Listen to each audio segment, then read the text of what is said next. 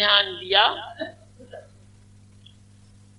اور باطن کی راہ میں اپنے کو ثابت قدم رکھا، اور ہم نے جتنی باتیں بیان کی ہیں ان کو اچھی طرح اپنایا، تو ان ساتوں آسمان سے گزرتے ہوئے عرش اعظم کے نیچے پہنچ جاؤ۔ جب دنیا سے ماں کے رحم جو ماں کے تو باہر جائے گا تو زمین سے ایک وسیع میدان میں پہنچے گا، تو زمین سے ایک وسیع میدان میں پہنچے گا۔ جس طرح سے تم آسمان سے سفر کرتے ہوئے ماں کے پیٹ تک آئے تھے، اسی طرح سے اس زمین کو سمجھو کہ اس سے باہر نکلنا ہے تم کو۔ اس باہر نکلنے کا خیال رکھنا کہ تمہیں ایک دن یہاں سے باہر نکلنا ہے، تمہیں ایک دن یہاں سے باہر نکلنا ہے، اور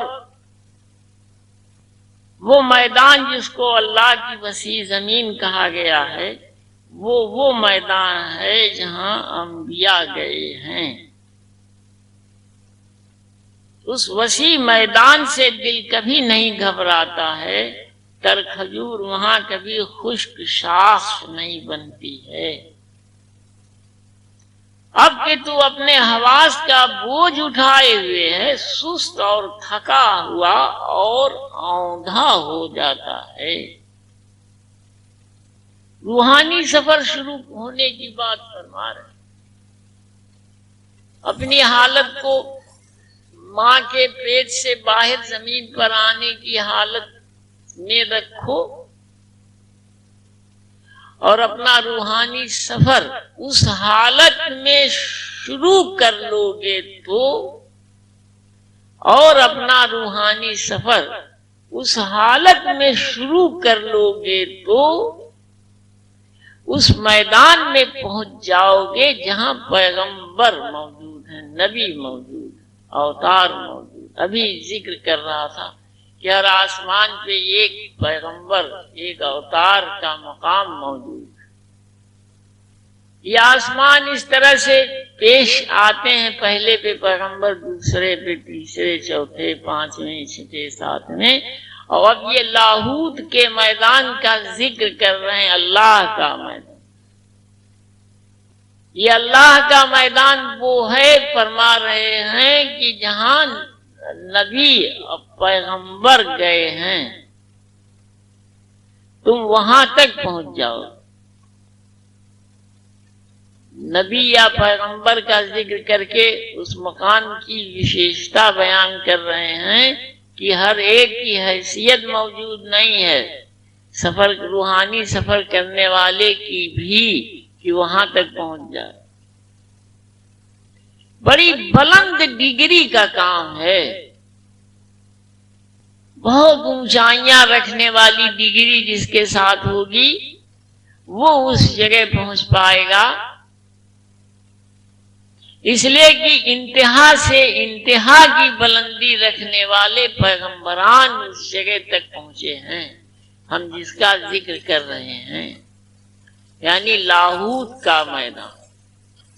تم وہاں تک پہنچ سکتے ہو، پہنچ جاؤ گے،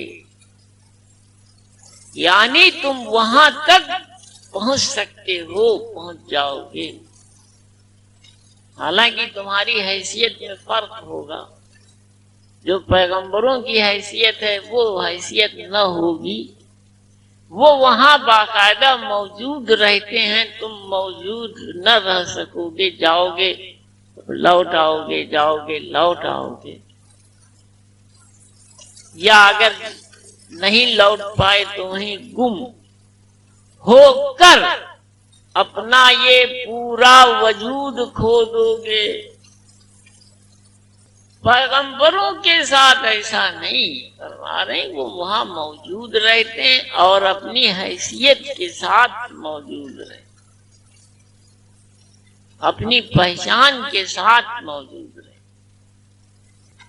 تم میں اور ان میں یہ بہت بڑا فرق موجود رہے گا ہمیشہ، چاہے تم اس بلند ڈگری تک ہی کیوں نہ پہنچ گئے ہو. جاؤ گے لوٹ آؤ گے، اور لوٹے اگر نہیں تو گم ہو جاؤ گے، گم ہو کر اپنی پہچان کھو دو گے. اس میدان کے بارے میں فرما رہے ہیں کہ احد کا مقام ہے اکیلا، ایسی ایک آئی جس کے ساتھ دوسری چیز نہ جڑ سکے. ایٹم اکیلا پن گھبرا دینے والا ہوتا ہے، لیکن وہ اکیلا پن ایسا ہے کہ وہاں تمہارا دل نہیں گھبرائے گا، تم پریشان نہیں ہوگے، اور اس حیثیت کو پہنچ جاؤ گے کہ کبھی تمہیں سوکھنے کی نوبت نہیں آئے گی، ختم ہونے کی نوبت نہیں آئے. اگر گم بھی رہو گے تو اس گم ہونے کی حالت میں بھی جڑ کر اس سمندر کے اندر موجود رہو. حالانکہ پھر حیثیت یہ نہ ہوگی، دوسرے قسم کی ہوگی، لیکن موجود رہو گے. وہ موجود ہونا دوسری طرح کا ہوگا، انسان کی قسم کا نہ ہوگا، دوسری طرح کا ہوگا. تر کھجور کبھی خشک شاخ نہیں بنتی. ایک ایسی ہریالی، ایک ایسی زندگی جو ہمیشہ قائم رہتی ہے، وہ تمہارے ساتھ جڑی رہے گی.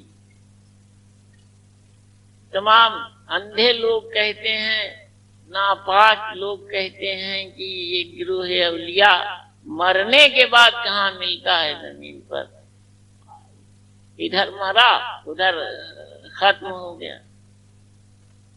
حضرت رومی فرما رہے ہیں کہ ختم نہیں ہوتا بھائی، ہمیشہ ہرا موجود رہتا ہے. تم اپنے اس حواس کا بوجھ اٹھائے ہوئے ہو، تم اپنے ان حواس کا بوجھ اٹھائے ہوئے ہو جو تمہارے ساتھ اس دنیا میں تم سے جڑے. تمہارا یہ سونگنا، تمہارا یہ سننا، تمہارا یہ دیکھنا، ذائقہ محسوس کرنا، اور طرح طرح کے کھانے کھانا، تمام قسم کی باتیں سننا، تمام طرح کی باتیں دیکھنا، تمام طرح کی خوشبو اور بدبو سونگھنا، یہ تمہیں سست تھکا ہوا بنا کر اوندھا بنا دیتا ہے، اوندھا بنا دیتا ہے. یعنی منہ کے بل زمین پہ گرتے ہو، یعنی آسمان کی طرف اٹھنے کے لائق نہیں رہ جاتے ہو.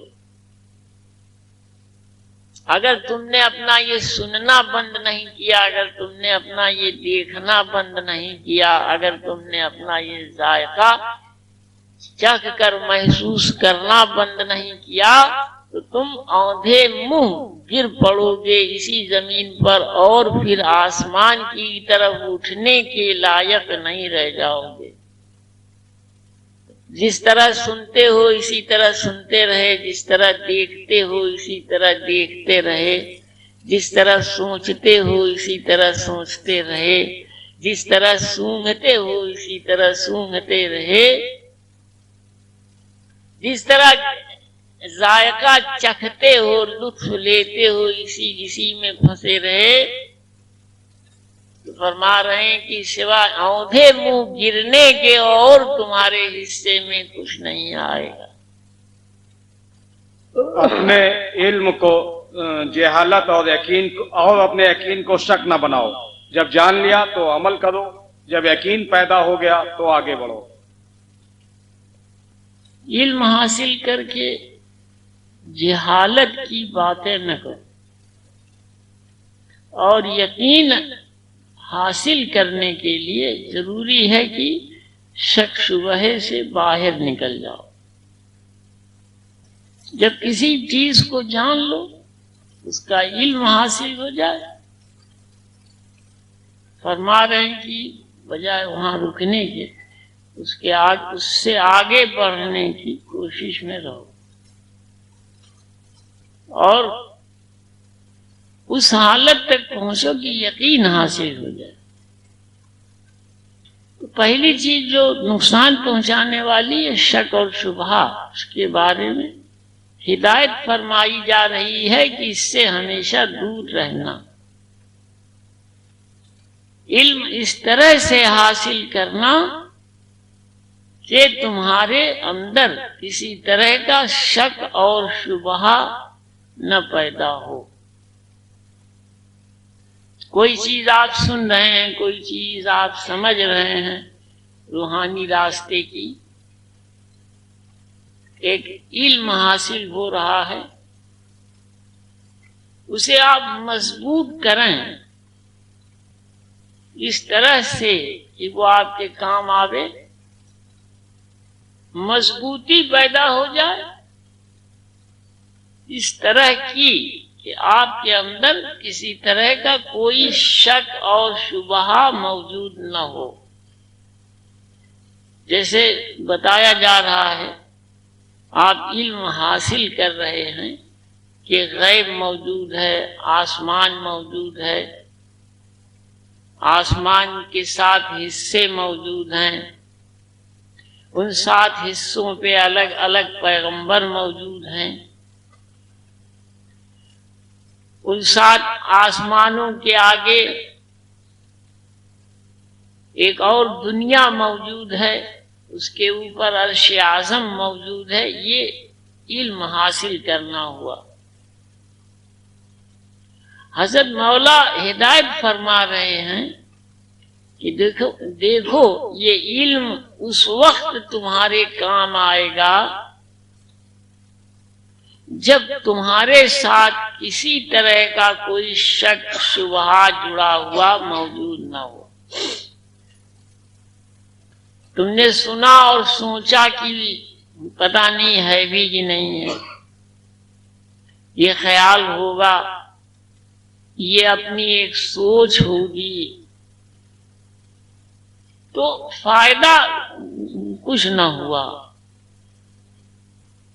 اب سوال یہ پیدا ہوتا ہے کہ آخر اصلی حالت کیا ہوگی کہ شک نہ پیدا ہو؟ طریقہ کیا ہوگا کہ شک نہ پیدا ہو؟ طریقہ یہ ہوا کہ جو چیزیں سنی جا رہی ہیں وہ دیکھ لی جائیں. جب دیکھ لی جائیں گی تو کسی طرح کا شک نہیں پیدا ہوگا، کسی طرح کا شبہ نہیں پیدا ہوگا. لیکن ایک لفظ جہالت ایسا استعمال فرما رہے ہیں حضرت مولا کائنات علیہ السلام کہ یہ اگر موجود ہے، یہ اگر موجود ہے تو کسی طرح بھی یقین تک پہنچنے کی سیڑھی پہ پیر نہ رکھنے دے گا. یعنی شرط یہ ہے یقین تک پہنچنے کی کہ کسی طرح کی جہالت موجود نہ ہو، آدمی جاہل نہ ہو، ضدی ہٹ دھرم نہ ہو. پیدائشی طور پر ضدی ہے، پیدائشی طور پہ ہر دھرم ہے، صرف اپنی کہتا ہے، دوسروں کی نہیں سنتا ہے، اپنی رائے کی رائے سمجھتا ہے، اپنی سوچ کو ہی صرف سوچ سمجھتا ہے، دوسرے کی کوئی عزت کوئی عظمت اس کے دل میں نہیں بیٹھتی ہے. یعنی صرف جاہل ہے، صرف جہالت ہی سے جڑا ہوا ہے. تو فرما رہے ہیں کہ کسی طرح کا علم یعنی باطن کا علم اس ایسے کے کام نہ آئے گا۔ فقیروں نے، بزرگوں نے احتیاط رکھی کہ ایسے لوگوں کے سامنے غیب کے مضامین کا ذکر بھی نہ کیا جائے، نہ ان لوگوں کو تعلیم دی جائے اور نہ کچھ بتایا جائے۔ اسی وجہ سے باطنی گروہ ایک خاص طرح کا رہا، کچھ مخصوص لوگ اس گروہ میں رہے اور انہی کے سامنے یہ ذکر اذکار اس زمین پر ہوئے۔ تو پہلی شرط ہوئی علم باطن پانے کی کہ جاہل نہ ہو۔ اگر جاہل نہیں ہے، معلوم ہے کہ اس کی فطرت میں ضد کرنا شامل نہیں ہے، ہر دھرمی کرنی شامل نہیں ہے، ہر خراب ہی خراب بات سوچنی شامل نہیں ہے، بنیاد اچھی ہے، انسانی صفتوں کی جھلک ملتی ہے، تو ایسے آدمی کے سامنے باطن کے علم کا تذکرہ ہونا چاہیے، کوئی حرج نہ ہوگا۔ اور علم جب حاصل ہو تو شک سے بچنے کے لیے